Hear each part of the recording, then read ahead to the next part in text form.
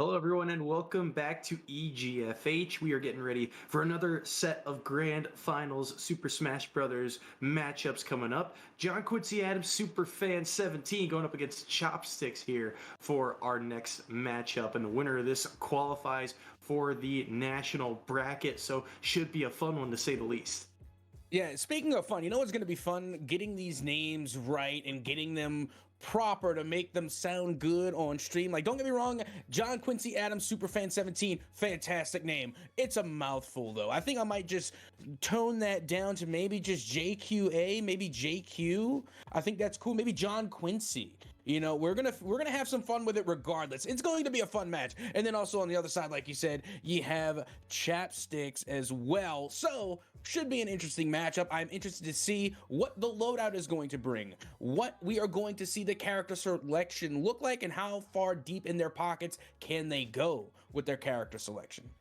Last time these two met was way back in winners round 2. It was a 3-0 and Chpstks took it in the sweep. Since then, John Quincy has gone on a tear on the loser side of the bracket, taking down What's Down 3-0, taking down Vanilla, who I believe qualified for nationals last year, if I'm recalling correctly, took them down 3-1, and then won in the losers bracket final over Salo 3-2. So they have had quite the grind to get here, but they're kind of catching fire. They're catching some momentum now, and they were one of the top seeds, I believe, entering this bracket. Chpstks, obviously the top seed. They had that first round bye, but you know, this is why we play out the sets, because you've got to earn those spots, and one of these two is about to earn their spot into that national bracket.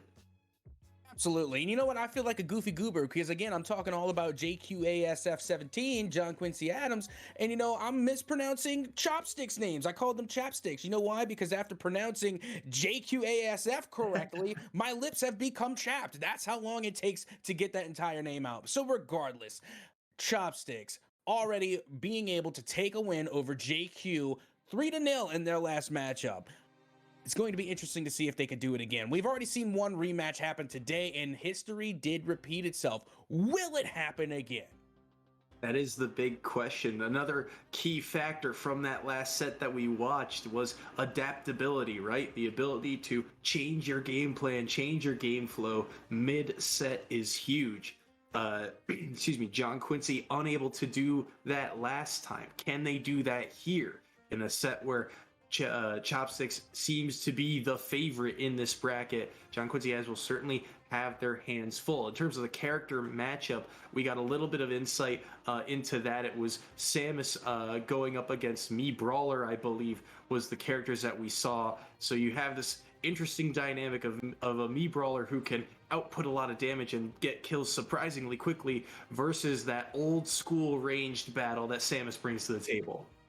And honestly, I love watching Samus play. And again, one of my favorite characters, not just from Smash, but from all of the Nintendo universe. And now seeing them go up against a Mii Brawler. This is going to be interesting because Mii Brawler actually goes insane. Already starting off very quickly, taking Samus to the edge. JQA is already off stage, having to recover, but it was a nice recovery at that, being able to deal at least a little bit of damage. But right now, Chpstks is laying down the law on this Samus pick. Yeah, not afraid at all to just be in the face of Samus. I mean, Samus has got some slower moves that means that there's not really an easy or quick punish for John Quincy to really throw out in the first place. But Chpstks, the problem is, you know, getting through that wall of projectiles, but they are seemingly having no problems so far on the small stage like Smashville. Absolutely, and don't get me wrong, I love Samus. This is a character that I definitely love to play. I love their abilities, but when you're going up against a Mii Brawler, I think Zero Suit Samus has a little bit more flair to work with and maybe can even do a little bit better at closing that gap at times. But right now you can see JQA once again being edge guarded by Chpstks as they are only one solid smash away and good edge guard from being eliminated. And there goes the first stock from JQA. Such a smart play there. You see the forward air come out, and every Samus knows that move feels so safe when you use it from ledge, but the up B is going to beat it out. That's got a little bit of armor to it. It sneaks underneath that hitbox as well, and it's able to do a surprising amount of knockback and take that first stock off the board. And already looking to work on this second stock here as Chpstks continues the chase down. Look at how non-committal they are, just waiting for the defensive options to come out from JQA, and now a potential edge guard the other way, but still able to snap the ledge as Chpstks. Yeah, not only that, but look how much damage Chpstks was already able to deal up, nearly being able to equalize the damage here between the two, and Samus still being able to recover there. As you can see, JQA once again fighting themselves over towards the edge, but a great answer back will take the first stock off of Chpstks. Taking down that first stock is a huge sort of momentum shift for JQA. Get something on the board here. Can you find something else now? Now that you've gotten that first stock, you know you're at 137, so you got to play very clean here defensively. They're going to get hit by the side B, but it's not going to be able to take that stock quite yet. Even though that move looks very damaging, it's going to take a minute for that move to actually find a way to kill here. The neutral air is going to knock them off stage, but there's the shot put throw. Still not able to connect, just kind of forcing JQA into these odd angles, odd scenarios to recover from. So far, Chpstks is eating a little bit more extra credit than they'd like here. Yeah, and right now you can see JQA doing a fantastic job at really, once again, taking their time, finding the openings, and really playing a lot more defense than offense. It's really just Chpstks having brief moments of kind of a lapse in judgment that allowed JQA to come through with the punish, but Chpstks has had enough and will take the second stock off of JQA. Oh, the one time John Quincy gets a little aggressive with it, he pays the price, and he SDs as well here. Chpstks is going to take the first game. That they do, and I'll be honest, it was a great win, but that last one was such a feels bad. John Quincy Adams ends up under the stage, can't recover, and they go down early on their last stock. But regardless, Chpstks absolutely popped off, dealing massive damage and edge guarding like a champion. Every single time we saw JQA try and recover, even though they had that flamethrower ability, Chpstks was able to really counter it time and time again and just punish all the mistakes that were coming from the side of JQA. One of the things that was really noticeable about Chpstks' gameplay in particular was his movement, the ability to use things like the down B, like the side B, to use that type of momentum to slide off of platforms or use it to get into an awkward angle for Samus to really not be able to punish. You know, that missile, if it's not the homing missile, is just going to go in a straight line. He's just going to soar right over top of it. Making his movement tricky and deceptive is key in a set like this, and on a small stage like that too, where you'd think, okay, Samus has those massive projectiles to throw out. Now it's going to be a little bit harder, I think, for JQA on a stage like Town and City that's being locked in for game number 2. There's a lot more space to work with, a lot more space for JQA to cover.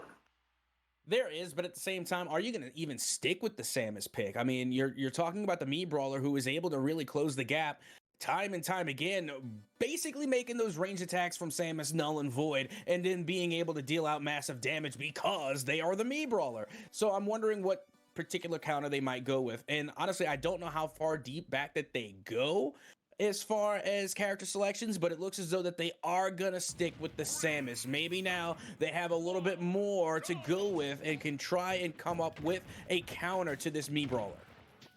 See what they can do here. These platforms are also going to be really dangerous for both characters. They can both get some really good juggle extensions off of those platforms, but you can see JQA just trying to buy some space here, play to the outside a little bit more, similar to the Wii Fit that we saw earlier today.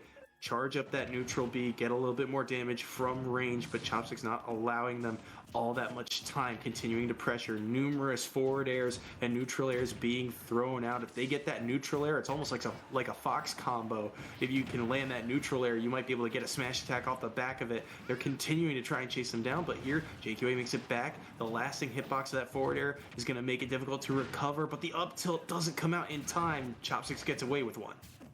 I gotta tell you right now, we're seeing JQA place these bombs nearly perfectly. Every time they try and bait out at least one attack, and then they just roll back and set a bomb. But once again, Chpstks able to read, adapt, and react to that and take the first stock off of JQA.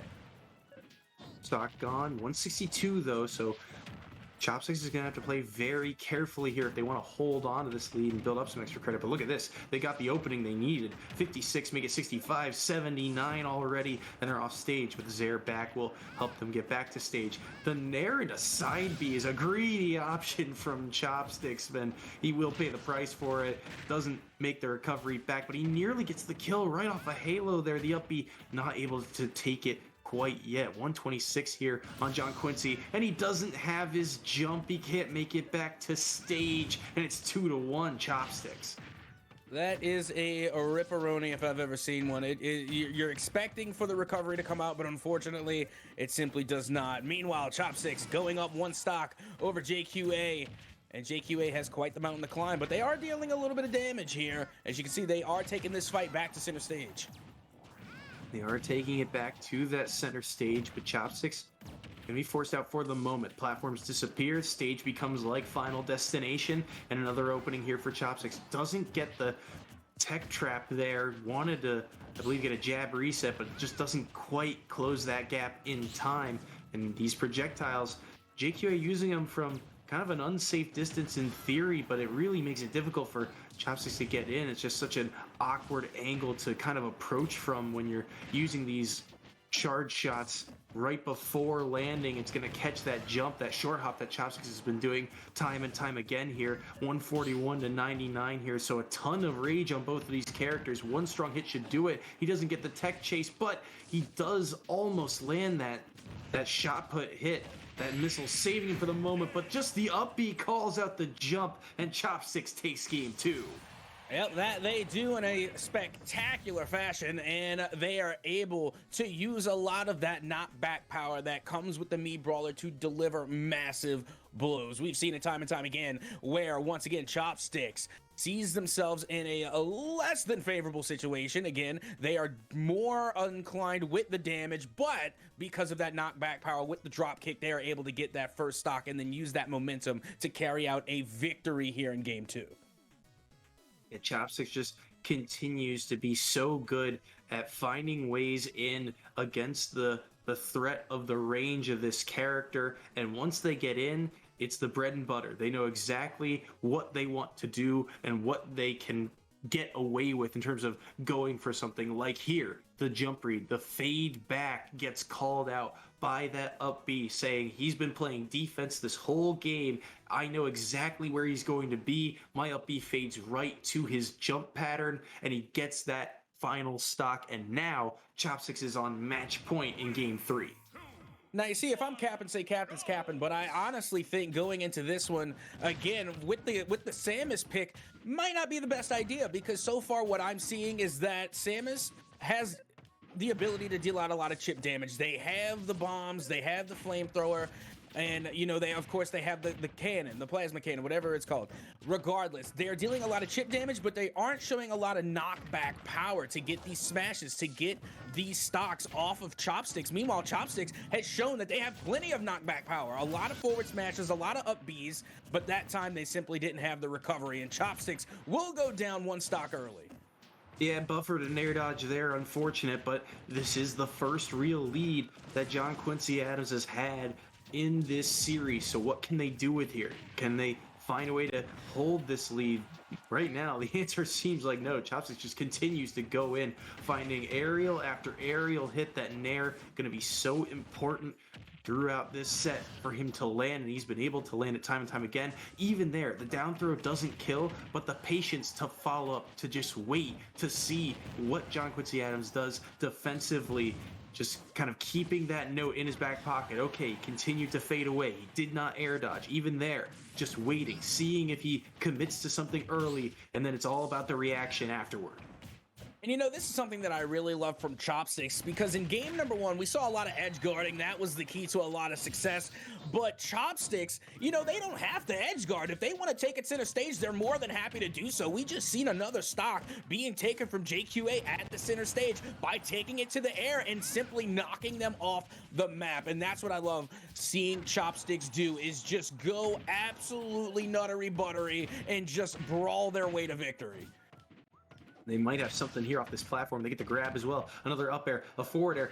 Do they go for it? No, they pull back the last second. They use the down B to get back to stage and hold that stage control. It's still a relatively even game because of that SD. The percentage still favoring JQA here. How does he find his way back? Up air, up B, looking like Mario. And here Chpstks takes the lead.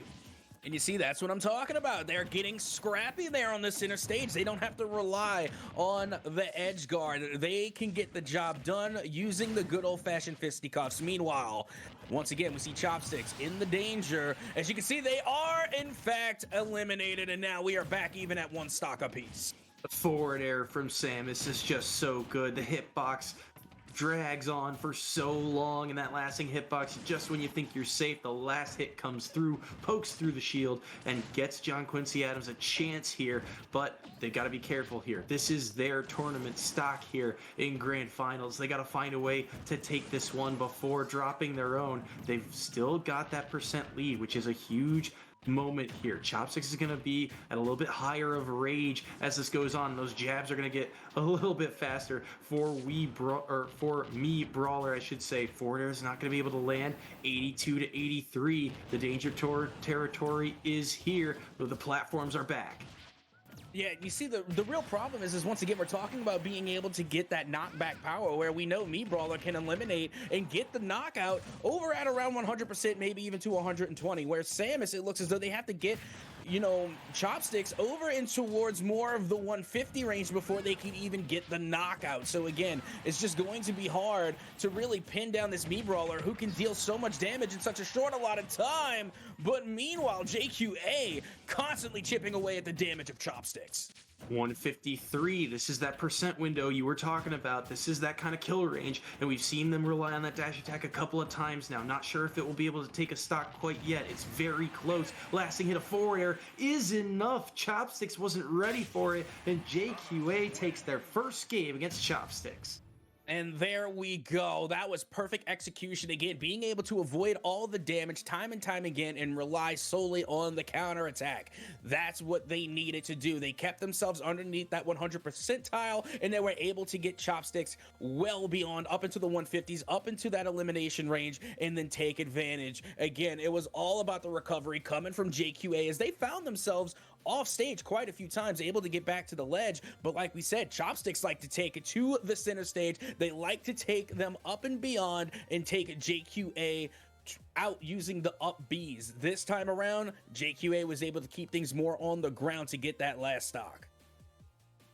It's a little reminiscent of the match we just saw between the Cloud and the Wii Fit in a way, right? Cloud loves the control center stage. They love to use their ground speed, and they can get so much damage when they connect one good hit. And Chpstks kind of works similarly with the Mii brawler. His stage control and the presence that he has, the kill power that he has, is so good when he gets in, but the recovery can be a little lackluster at times. You've got options, though, with Mii brawler, and that's a huge factor for Chpstks headed forwards, that you have things like the side B and down B to be able to get back to stage. But when you're forced to recover low against the Samus, it becomes very difficult, and JQA just found ways to get them off stage, to force them into kind of tricky predicaments throughout that match, where all of a sudden the range projectiles were starting to land. They were starting to rack up damage, and getting a kill with Samus at those higher percents becomes a whole lot easier when those projectiles are starting to hit their mark. Well, as we get, now, round number 4, well and underway, and already you can see Chpstks doing a good job of juggling Samus up on high, taken to the air yet again, already, mere seconds into this match, it is one stock off of JQA. Chpstks wasting no time here.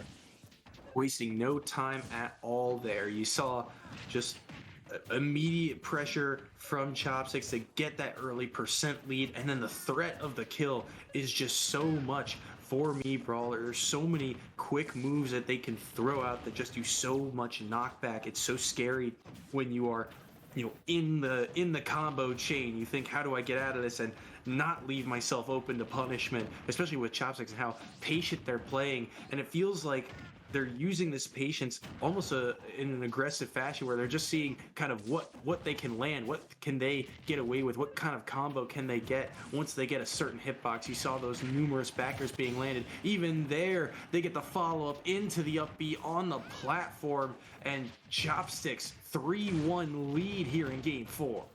And you see, that's the thing with Chpstks and Mii brawler right now, is that you have got to avoid the air. You have got to keep Chpstks on the ground, because we see time and time again Chpstks going with the down grapple and then following it up with the up B, and that's how they've gotten the majority of their eliminations, is by taking that up B and literally juggling JQA all the way off the map, getting stock after stock, and if they are not careful, they will win out this series by doing the exact same. Once again, that down B followed by the up air, but the juggle was lost, and it is done again to get the dub. Chpstks comes away with the series win and game number 4.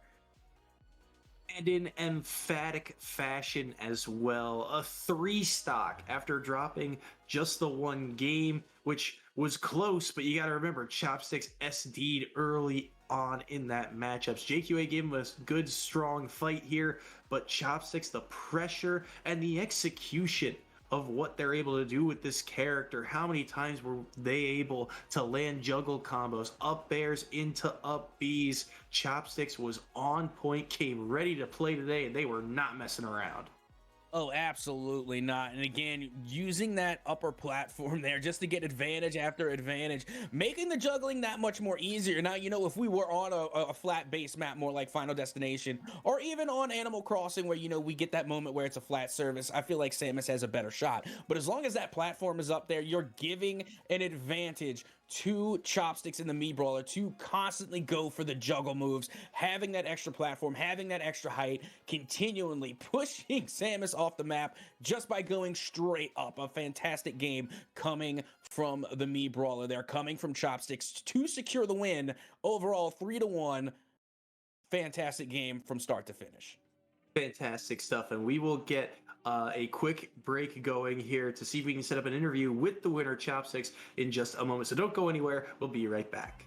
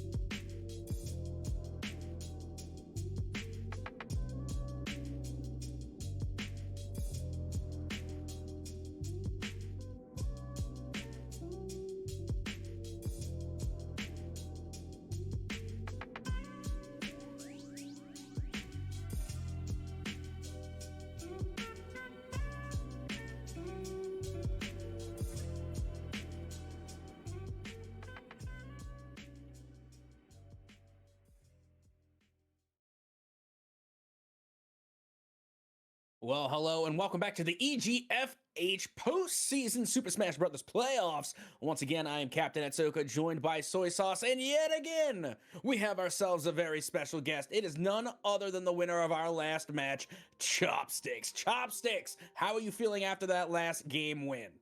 I'm feeling good. I'm feeling fine. That's good. That's good to hear. I mean, so this was a 3-1 victory. I guess Can you kind of talk about how your bracket play went? Because you were really dominant throughout this bracket. You got that first round by a 3-0 victory over John Quincy in the technically second round of winners bracket, and then that winners finals was a real tough grind. It went to game 5 against Salo, but then you bring it all back here against John Quincy Adams. Can you kind of talk about how you feel this bracket went for you, whether it went the positives and negatives of this bracket for yourself? I was honestly pretty confident going into all my matches except Salo, because I didn't know anything about them, because I saw Vanilla like during winners round 2. I saw it was Vanilla versus Salo, and Vanilla was on a stream before. So I knew a little bit about how they played, but I had no clue about Salo. That was the match I was most afraid of, but I felt in that set I started to play too cocky during it, because they played Luigi, and I was being impatient, and it caused me to get grabbed and died at 0 multiple times. But overall, I was pretty confident about how my bracket was gonna go. That's good. Confidence is always a good thing, and especially in a playoff bracket like this. So let's talk about your character selection. Mii Brawler is not one I think that we frequently see here at EGF, or at least at EGFH, I think, all that frequently. So how did you settle on a character like Mii Brawler? He's just fun, and I like killing people at like 30 when I can. Yeah, you definitely showed that Mii Brawler is a dangerous pick. Yeah, he's just I like playing faster paced characters. I used to really only play mostly play sword characters, but ever since I started playing Mii Brawler, I just mostly play Mii Brawler now. And you see, I'm glad you brought that up, because I was actually going to ask you, we've seen you go 3 up, 3 down with the Mii Brawler, being able to get that win there, ending in a 3-1. I gotta ask, if for whatever reason Mii Brawler isn't working out, do you have any other characters in your back pocket that you might bring out? I have a Marth, but I haven't practiced him in a while, so I wasn't too confident bringing him out ever. And I played Byleth and Pokemon Trainer, but again, I'm kind of out of practice with them. All right, well, good to know. And getting ready to move forward, I got to ask you, is there anybody else that you would like to shout out right now? The floor is yours.